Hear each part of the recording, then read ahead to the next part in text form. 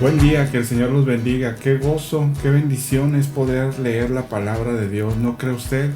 Y el día de hoy vamos a compartir un pasaje y un mensaje sobre el libro de Jonás.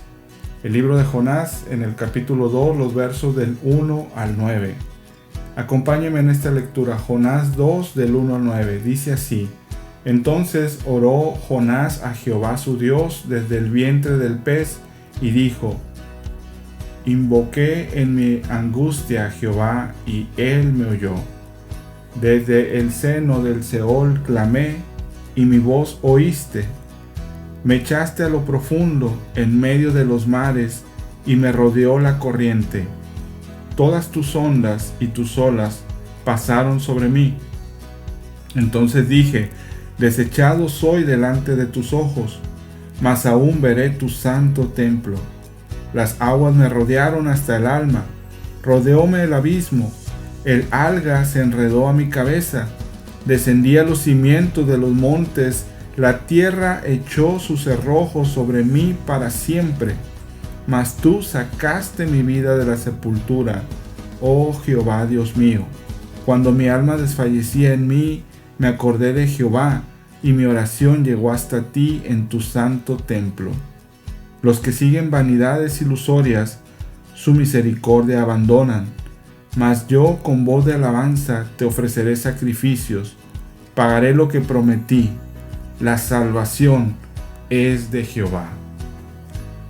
Sin duda la historia de Jonás es una de las más conocidas de la Biblia. Yo creo que cualquier niño pequeño que ha escuchado historias de la Biblia nos puede contar cómo Jonás fue tragado por un gran pez que fue puesto de una manera providencial por Dios para salvarlo de un naufragio. Pero hay muchísimo más que aprender, y la historia de Jonás es más que la historia de un hombre y un gran pez. La historia de Jonás tiene que ver con lo que esta oración, precisamente hecha por Jonás desde el lugar más insólito de la tierra, desde el vientre de un pez. En esta oración se resume el mensaje principal del libro de Jehová. Y el día de hoy hemos titulado a este mensaje con la última frase de su oración: la salvación es de Jehová. Y vamos a escudriñar brevemente el contenido de este libro. Tiene muchísimas aplicaciones para la vida del cristiano, pero hoy quisiera resaltar principalmente la misericordia de Dios para toda la humanidad. Y el libro comienza con un mandato de Dios, con un llamado de Dios para Jonás. Mire, Jonás fue un profeta del pueblo del norte de Israel, del reino norteño, digamos, el reino de Israel. Y él fue llamado, se nos habla ya en el segundo libro de Reyes, en el capítulo 14, 25, a profetizar que Dios iba a traer bendición al pueblo de Israel, que había sufrido muchísimos daños por su idolatría, por su separación de Dios, de la casa de Dios, por su terquedad a vivir siempre en lucha incluso con su hermano del sur, con Judá. Y después de muchos años de sufrir, finalmente Dios tuvo misericordia de ellos, y en la época de Jeroboam II, como lo veíamos también en el libro de Amós, Dios a través de Jonás profetizó que iba a haber una restitución para el reino de Israel, y que iban a lograr a tener de nuevo dominio sobre todos los territorios que habían sido suyos desde la época de David y de Salomón. Y Jonás fue el instrumento usado para llevar ese mensaje, un mensaje de esperanza, de triunfo, de victoria, de recuperación de algo de la gloria del pueblo elegido por Dios. Un mensaje que cualquier predicador quisiera dar, un mensaje de esperanza, de buenas noticias para su propio pueblo, en nuestros tiempos, para nuestra iglesia. Tal vez sería un mensaje muy fácil de predicar. Sin embargo, el libro de Jonás no habla de ese mensaje.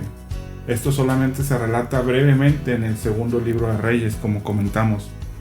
Más bien, el libro de Jonás habla de otro mensaje muy diferente, al cual Dios llamó a Jonás.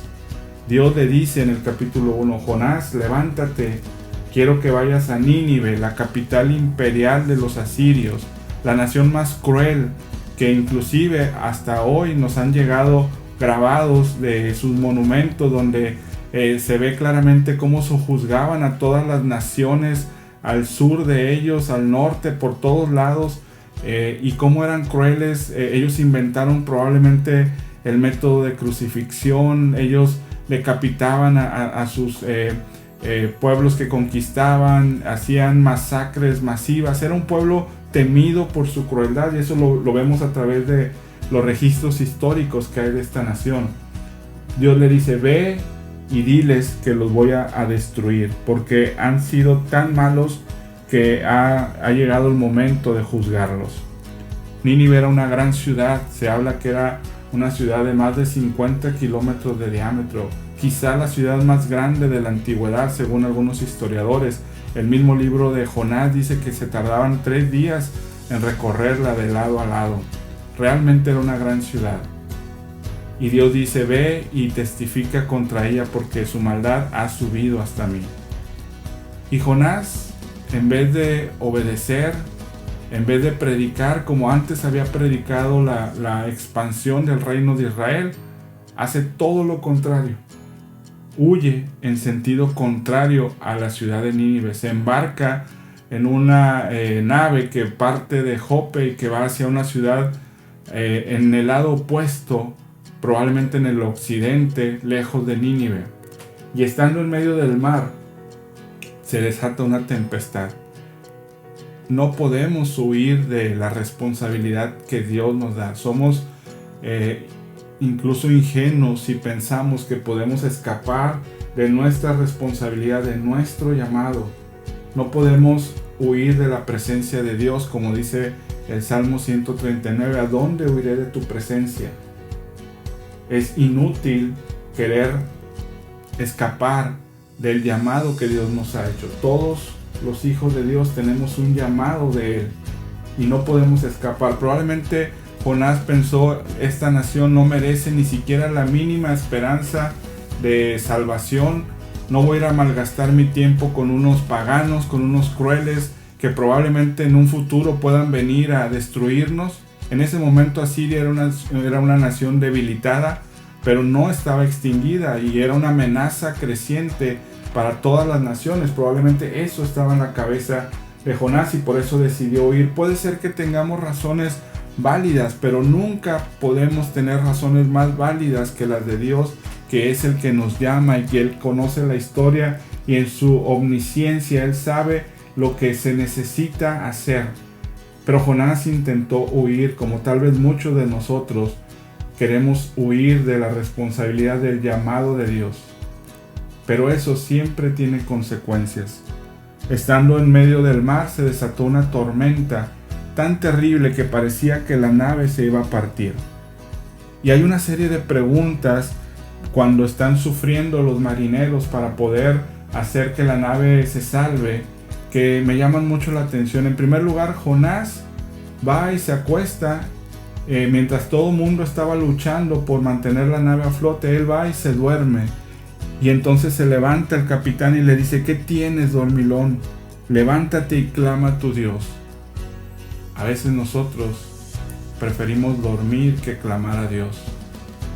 No solamente huimos, sino que además queremos acallar la voz de Dios y entramos en una especie de sopor, en una especie de modorra, y nos dormimos cuando el mundo se está deshaciendo a nuestro alrededor. Es lo que estaba haciendo Jonás. Se estaba deshaciendo el barco y él estaba dormido cuando debería haber estado clamando a Dios y pidiendo perdón, porque él sabía que él era el causante de eso. Cuando los marineros dicen, tenemos que ver quién es el que está causando esto, y hacen un sorteo, sale Jonás como el responsable de esto que estaba pasando. Y ellos sabían que Jonás estaba huyendo de la presencia de Dios. Él se los había dicho. Y le preguntan, ¿qué oficio tienes y de dónde vienes? ¿Cuál es tu tierra y de qué pueblo eres? No podemos negar que somos pueblo de Dios. Por más que nos esforcemos en huir y en escondernos y en dormirnos, Somos hijos de Dios. Tenemos su identidad, como le decían también a los apóstoles cuando estaban ahí, sobre todo Pedro y algunos otros en el patio cuando estaban condenando a Jesús. Tu forma de hablar te delata. No podemos esconder lo que somos. Él les confiesa lo que hizo y entonces ellos se llenan de miedo y le preguntan: ¿por qué has hecho esto? ¿Por qué hacemos esto? ¿Por qué huimos? ¿Por qué nos escondemos? ¿Por qué rechazamos cumplir la voluntad de Dios en nuestras vidas? ¿Por qué no nos congregamos? ¿Por qué no predicamos? ¿Por qué no oramos? ¿Por qué nos desanimamos? ¿Por qué nos cansamos? ¿Por qué peleamos? ¿Por qué hacemos todo lo contrario a la voluntad de Dios? Sería la pregunta para nosotros hoy, como en ese momento. ¿Por qué has hecho esto? Y le preguntan también: ¿qué haremos contigo? ¿Qué hará Dios con nosotros para hacernos volver? ¿Qué tendrá que hacer Dios para que podamos entender? A Jonás lo tuvieron que echar al mar y se lo tuvo que tragar un pez. Un pez que fue providencialmente provisto por Dios. ¿Qué tendrá que hacer Dios para que volteemos a volver a obedecerlo y a verlo? Tendremos que descender, como dice él en su oración, hasta el fondo del abismo. Tendremos que estar 3 días y 3 noches en angustia y en sufrimiento. Dios hará todo lo necesario, aunque sea doloroso. Nos preservará sin duda, pero tendremos que pasar por eso para levantarnos y buscarlo y obedecerlo. Después viene el pasaje que leímos al principio, como la misericordia de Dios es grande. Y cuando Jonás se ve enfrentado a su cruda realidad en medio de un pez, porque finalmente Jonás fue arrojado por la borda. Los marineros no querían hacerlo, finalmente lo hicieron porque Jonás les dice: arrójenme porque yo sé que yo soy el culpable. Al menos algo de responsabilidad tenía Jonás en su mente. Ellos no lo querían hacer, trataron de no hacerlo, cuidando la nave. Al final vieron que no había remedio, lo arrojaron, pero Dios tenía un pez preparado. ¿Qué tiene Dios preparado para que volvamos a su obediencia, a su camino? Y es desde ese pez donde se hace esta oración hermosa que acabamos de leer. Y la misericordia de Dios, que es grande, en vez de dejar a Jonás ser digerido por ese pez y terminar su vida en el fondo del mar, hace que primero se preserve por esos 3 días y 3 noches milagrosamente. No hay explicación humana, es simplemente la gracia y la misericordia de Dios.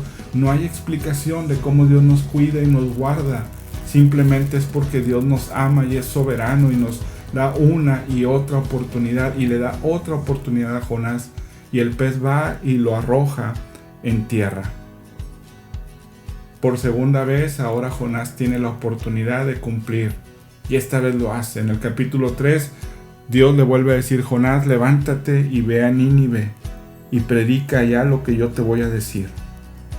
Y Jonás se levanta esta vez sin chistar y va a la ciudad de Nínive. Pero fíjese que algo curioso pasa. En esa ciudad, que era de 3 días de camino, empieza Jonás a entrar por la entrada principal y apenas llevaba 1/3 de recorrido un día, diciendo un mensaje mínimo de 8 palabras: de aquí a 40 días Nínive será destruida. No es un mensaje de esperanza, ni es un mensaje de arrepentimiento, ni un llamado a Dios. Es un mensaje de destrucción. Lo mínimo que Dios le había pedido que hiciera lo estaba haciendo él. Y ni siquiera alcanzó a terminar de recorrer la ciudad. Probablemente él seguía, como lo vamos a ver más adelante, pensando que esos ninivitas no merecían la piedad de Dios, aunque él había recibido la piedad de Dios al ser rescatado de ese pez que había estado él 3 días y 3 noches.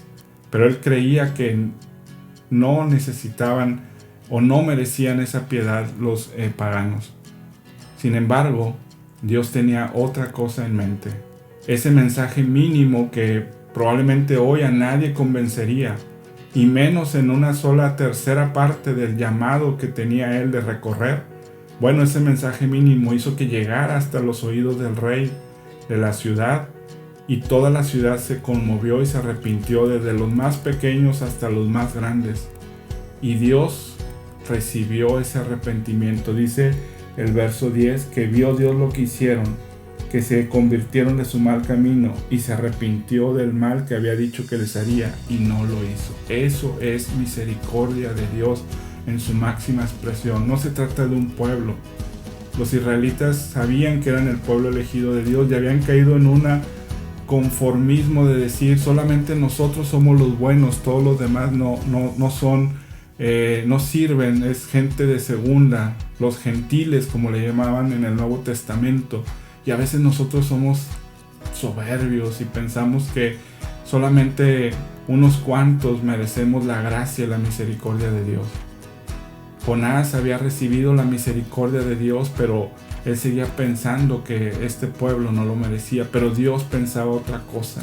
Y con ese mensaje mínimo, a veces Dios nos usa hasta con la mínima expresión para llevar a cabo su salvación, porque la salvación es de Jehová, no es de nosotros.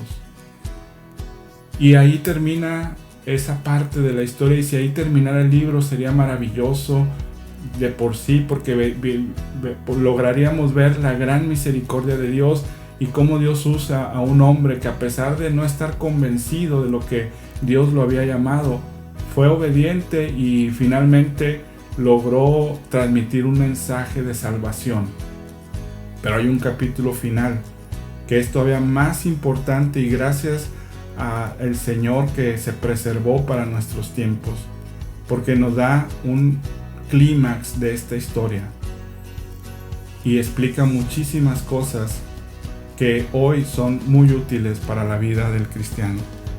Dice que en el capítulo 4 que Jonás se enojó muchísimo cuando vio que Dios se había arrepentido de destruir a los ninivitas, y le reclama a Dios, le dice: ¿ves lo que te dije? Yo sabía, por eso huí de ti, por eso no quería obedecerte, porque yo sabía que ibas a tener compasión, yo sabía que eres bueno, que eres clemente y piadoso, tardo en enojarte y grande en misericordia. ¡Qué contradicción! Si él sabía que Dios era así, ¿cómo era posible que Jonás, en su egoísmo, no quisiera compartir a ese Dios de misericordia con esa gente que tanto necesitaba de él? Y Dios le dice, le hace una pregunta desafiante: ¿haces bien en enojarte tanto? ¿Está bien lo que estás pensando? ¿Está bien lo que estás diciendo? ¿Crees que tú sabes más que yo? Es decir, ¿quieres limitar mi misericordia y mi amor? ¿Haces bien en emberrincharte y en hacer coraje? Y Dios nos dice hoy: ¿haces bien en excluir a gente que necesita la salvación? ¿Haces bien en quedarte callado? ¿Haces bien en quedarte dormido? ¿Haces bien en no cumplir tu llamado? ¿Haces bien en enojarte? ¿Haces bien en pasar disgustos cuando deberías estar predicándome? Porque la salvación es mía. ¿Dónde estás tú? Y dice que le dio una lección muy, muy hermosa. Jonás fue y se levantó y dijo: me quiero morir, me voy a parar aquí al oriente de la ciudad a ver qué pasa. Y hizo ahí un pequeño enramada, un techito de ramas, y se sentó a ver qué pasaba con la ciudad. Él tenía todavía la esperanza de que Dios realmente destruyera la ciudad. ¿Hasta dónde llega el egoísmo a veces de los siervos del Señor? Y entonces Dios hace que salga una planta, una calabacera, y que le dé sombra. Y Jonás se alegró muchísimo por esa calabacera, le agarró cariño, como decimos, y estuvo contento porque le calmó su calor. Pero al día siguiente vino un viento y un gusano que mataron a esa plantita, y entonces se secó, y el sol y el viento caliente hizo que Jonás se quisiera desmayar y vuelve a decir: me quiero morir, mejor quítame la vida, Señor. Y le vuelve a preguntar el Señor: ¿tanto te enojas por la calabacera? Es decir, ¿tanto te enojas por una niñería, por algo superfluo? Y hace una pregunta final con la que termina el libro: si tú te enojas por una planta, por una hierba que ni siquiera te costó a ti hacerla vivir, y que un día nació y al día siguiente murió, ¿cuánto no me importará a mí toda esta gente de Nínive, entre los cuales hay 120,000 que no saben distinguir su mano derecha de su izquierda, probablemente se refería a los niños. Nínive era una ciudad de más de 500,000 de personas. ¿Cómo crees que no me importa a mí esa gente? Y ahí vemos la grandeza de Dios contra la pequeñez de nosotros. Y el mensaje de Jonás no fue un mensaje para el pueblo de Israel solamente. Es un mensaje que trasciende las generaciones, los tiempos, los pueblos, las naciones. La misericordia de Dios es masiva. La misericordia de Dios es para todos. Y gracias a esa misericordia, usted y yo, que no somos judíos y que no somos descendientes originales del pueblo elegido de Dios, usted y yo hemos sido alcanzados por esa misericordia. La salvación es de Jehová.